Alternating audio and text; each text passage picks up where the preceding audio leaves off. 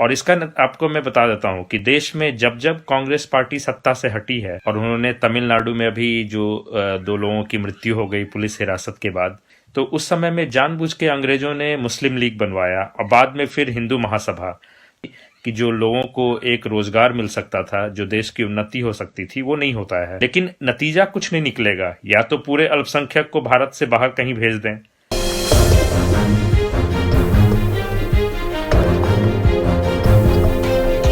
नमस्कार दोस्तों, मैं डॉक्टर विपिन झा इंग्लैंड से बोल रहा हूँ।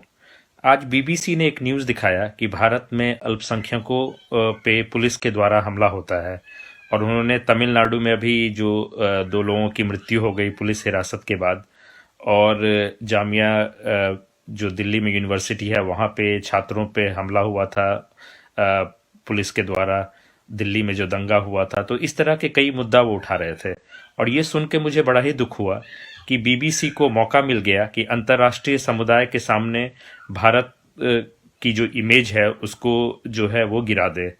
और इसका नतीजा ये होता है कि जो जर्मनी में ईसाई व्यवसायी हैं या अरब देश में कोई मुस्लिम व्यवसायी हैं, तो उनको ये लगता है कि भारत में जाके इन्वेस्टमेंट करना सेफ नहीं है।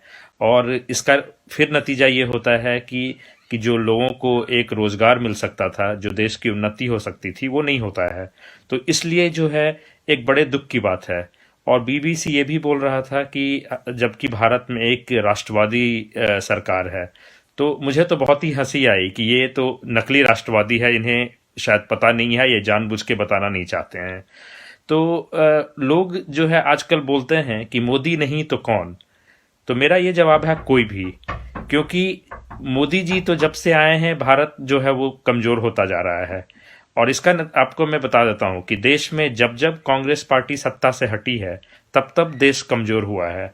और इसका एग्जाम्पल तब देता हूं कि जब कांग्रेस पार्टी आज़ादी की लड़ाई लड़ रही थी, तो उस समय में जानबूझ के अंग्रेजों ने मुस्लिम लीग बनवाया और बाद में फिर हिंदू महासभा, ताकि हिंदू मुसलमानों को तोड़ के रखा जाए और उनका पर्पस जो है, उनका मकसद जो है वो पूरा होता रहे। तो अभी भी वही हो रहा है देश में कि हिंदू मुस्लिम को अलग कर दिया गया है। अल्पसंख्यकों को ये बताया जा रहा है कि भाई आप यहाँ बाहर से आए हुए हो, लेकिन नतीजा कुछ नहीं निकलेगा, या तो पूरे अल्पसंख्यक को भारत से बाहर कहीं भेज दें। तो ये तो हिम्मत है नहीं सरकार में, क्योंकि वो कर नहीं सकते हैं, क्योंकि वो जन्म से जो है भारत के नागरिक हैं। तो फिर ये दुष्प्रचार जो है केवल राजनीतिक मकसद के लिए किया जाता है, वोट लेने के लिए किया जाता है। और कुछ ऐसे भी हमारे साथी हैं जो इस जाल में फंस के अपने आप को बहुत बड़ा राष्ट्रवादी घोषित करने लगे हैं। तो मेरा ये कहना है कि देश में जो है वो पार्टी सत्ता में आए जो सबको साथ लेके चल सके। और आम जनता को कोई मतलब नहीं है कि वो पार्टी कौन हो, लेकिन हर बार आप देख लीजिए कि बिहार में या यूपी में तो चलिए 30 सालों से कांग्रेस जो है पार्टी वहां सत्ता में नहीं है, तो फिर लोग वहां क्यों परेशान हैं। तो इसका मतलब तो ये हो गया कि कांग्रेस मुक्त भारत जो है वो आपका समाधान नहीं है। और कुछ लोग मुझे कांग्रेसी और ये तमगा लगाने की कोशिश करेंगे, तो मैं बोलूंगा, गर्व से बोलूंगा कि आप जो मुझे बोल लीजिए, लेकिन सच्चाई से आप पलट नहीं सकते हैं कि देश को आगे ले जाने का काम तो कांग्रेस पार्टी ने ही किया था और आगे भी वही करेगी।